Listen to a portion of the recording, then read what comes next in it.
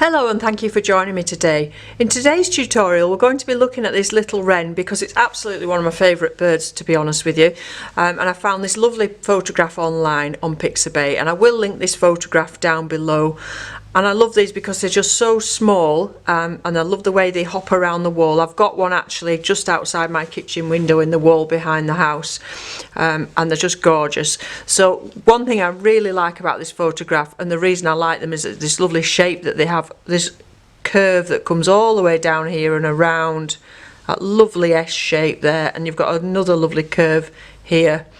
So it's a super shape to draw. And we want to keep it nice and delicate because it's such a small bird. So I will start with some pencil guidelines, and he's quite chubby. I'll just pop that out of the way and do it nice and big to give yourself room to work with. So we'll look at that line there. Like I said, it comes down and around in kind of a lazy S shape. It's not the way I would normally set off drawing a bird. I would normally do the body and the head, which really the body fits into about there and the head fits about there. So we can do those as well, but we've already got that curve of the beak there and that nice shape. And then if we look at this second shape that I talked about, go down over the top of the head and then up. So that lovely sweep to keep that curve and the tail. And you might want to then come back and check those measurements, but I don't want to alter that too much because I think we've got that nice shape in there. And then the wing fits into there.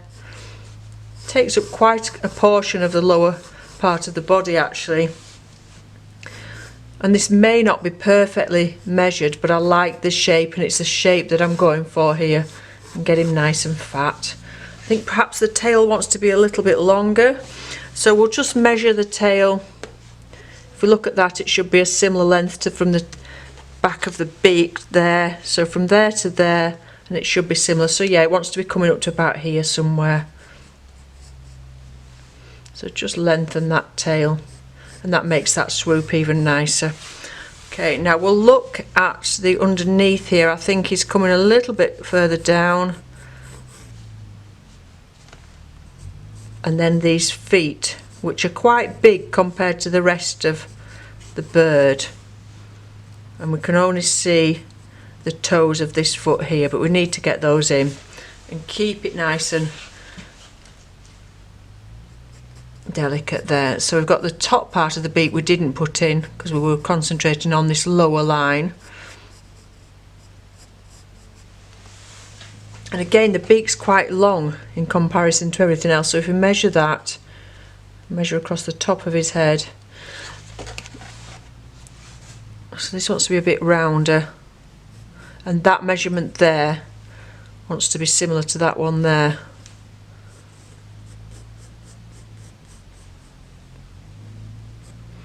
And then put the central line of the beak in as well.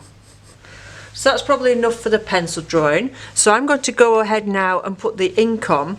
You don't have to do it in ink if you don't want. Of course, you could just carry on and do a nice pencil drawing and then put your watercolours on top of that. But I'm going to use this Unipin fine liner. It's a waterproof one, but it's a very small one. It's only 0.5 and it's a sepia colour, which I thought would suit the colours that we've already got in here. So that's the reason for using the sepia rather than the black. Nice and fine because it's such a small, light little object, little bird that we're doing. So when you're drawing, I'm not going to talk through all the drawing, but when you are drawing, just be aware of the direction of the feathers, and that this is a 3D round object and those feathers are going to be going around it. So draw them in the direction that they're going, and that's going to help get the shape of the body of the bird. Before I do that, actually what I haven't done is put the eye in position. We need to get that eye in the right place. So if you look at the beak, the eye's around there, and actually from here I don't feel we've made him quite fat enough. That's perhaps better. Okay, so I'll come back to you when we come to the stage of putting the watercolour on. I should have said that this is a mixed media pad that I'm working on, so we'll be able to put some watercolour paints onto that.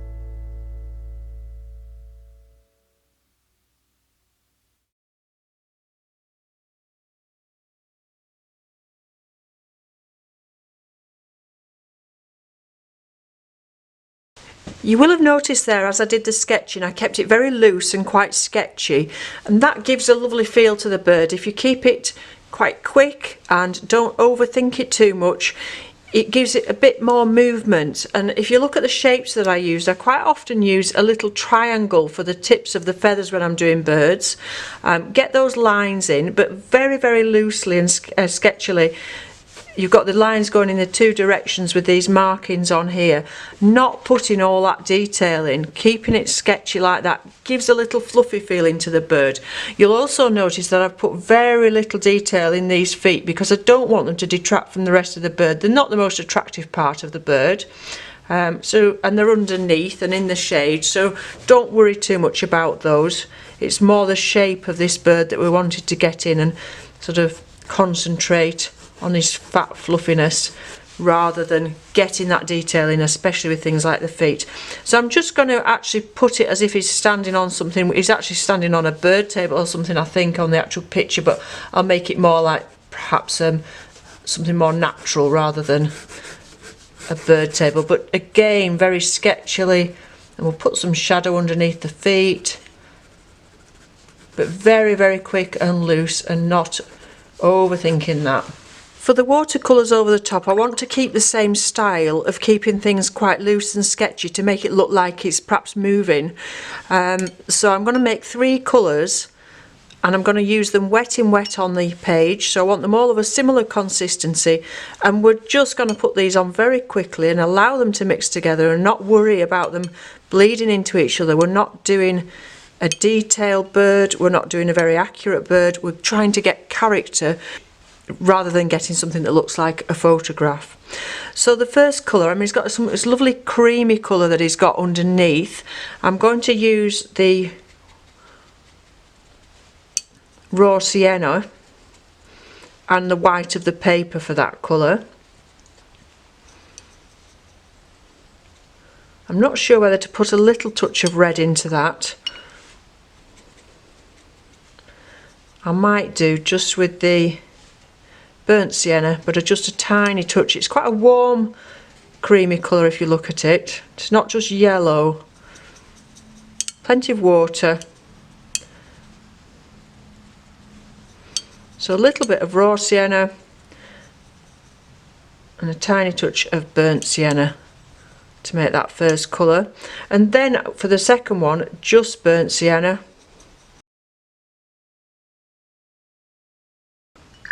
And then we've got a very grey-blue colour. So for that colour, I'm going to use the burnt sienna, a tiny touch, with some cobalt blue. And that makes a nice, easy, quick, kind of grey colour.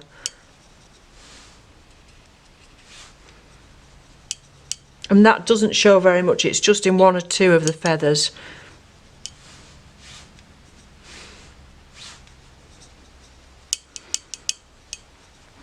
And as you'll see, I've got very little paint there, and that's all we're going to use. So to begin with, this lighter colour can be found all over the bird because it's actually underneath the other colours as well, really, but I mean it's mostly down here. And I'm just going to pop it on very roughly and loosely.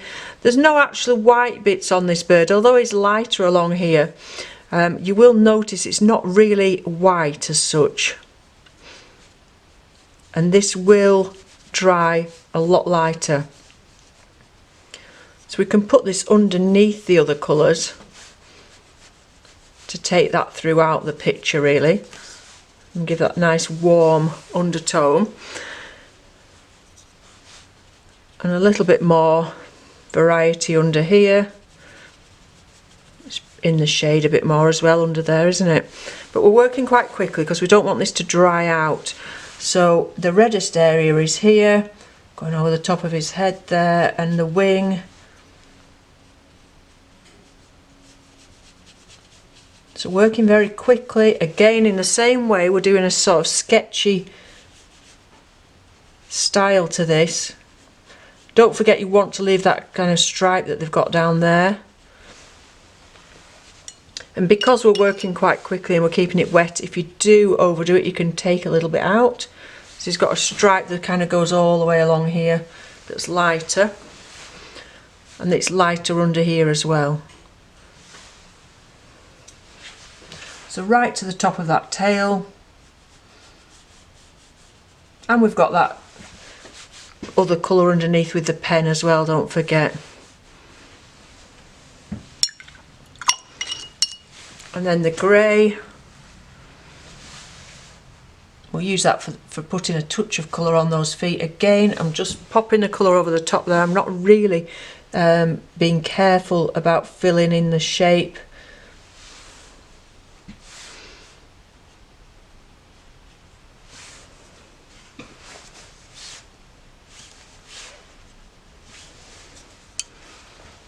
Perhaps not blue enough, it's perhaps a bit too grey and not blue enough, but I'm not going to worry now that we've started. You can test your colours, of course, before you set off using the similar paper that you're going to be working on, because you don't want to test on a different colour of paper. And when I say a different colour, I mean all whites. Although all your papers that you're going to be using are white, they all are slightly different. And you can just see that grey underneath there. There's a bit of variety in the feathers.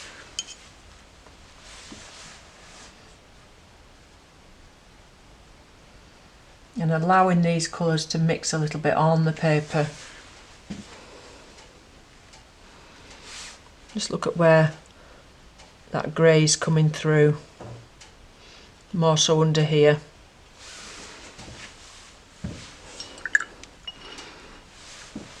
And go back to the sienna. I'm going to put extra of that in where he's reddest. He, she, I don't know. So be quite confident in allowing these colours to flow together. Like I say, if you've got them all the same consistency, they should work together quite well. And that's the main thing with your watercolours when you're working like this, is to have them of a similar consistency.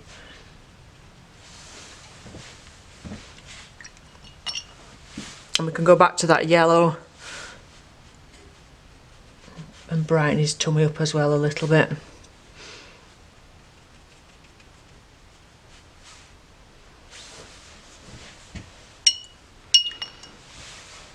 And get the beak a tiny touch darker.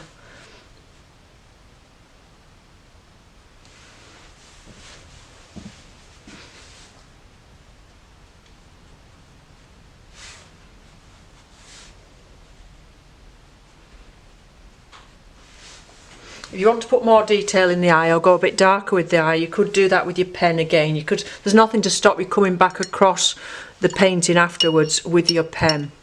So I'm just wondering whether to put a little touch of colour on the actual branch that I've done there. So I'm going to mix a bit of the grey and the sienna together so it's a slightly different colour to some of the rest of the bird. And just loosely pop that on. A little bit of yellow on the top for maybe a touch of sunshine.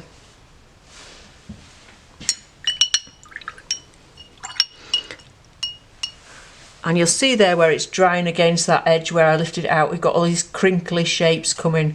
We're going to leave those because that can be a nice shape, a bit of texture to that feather there.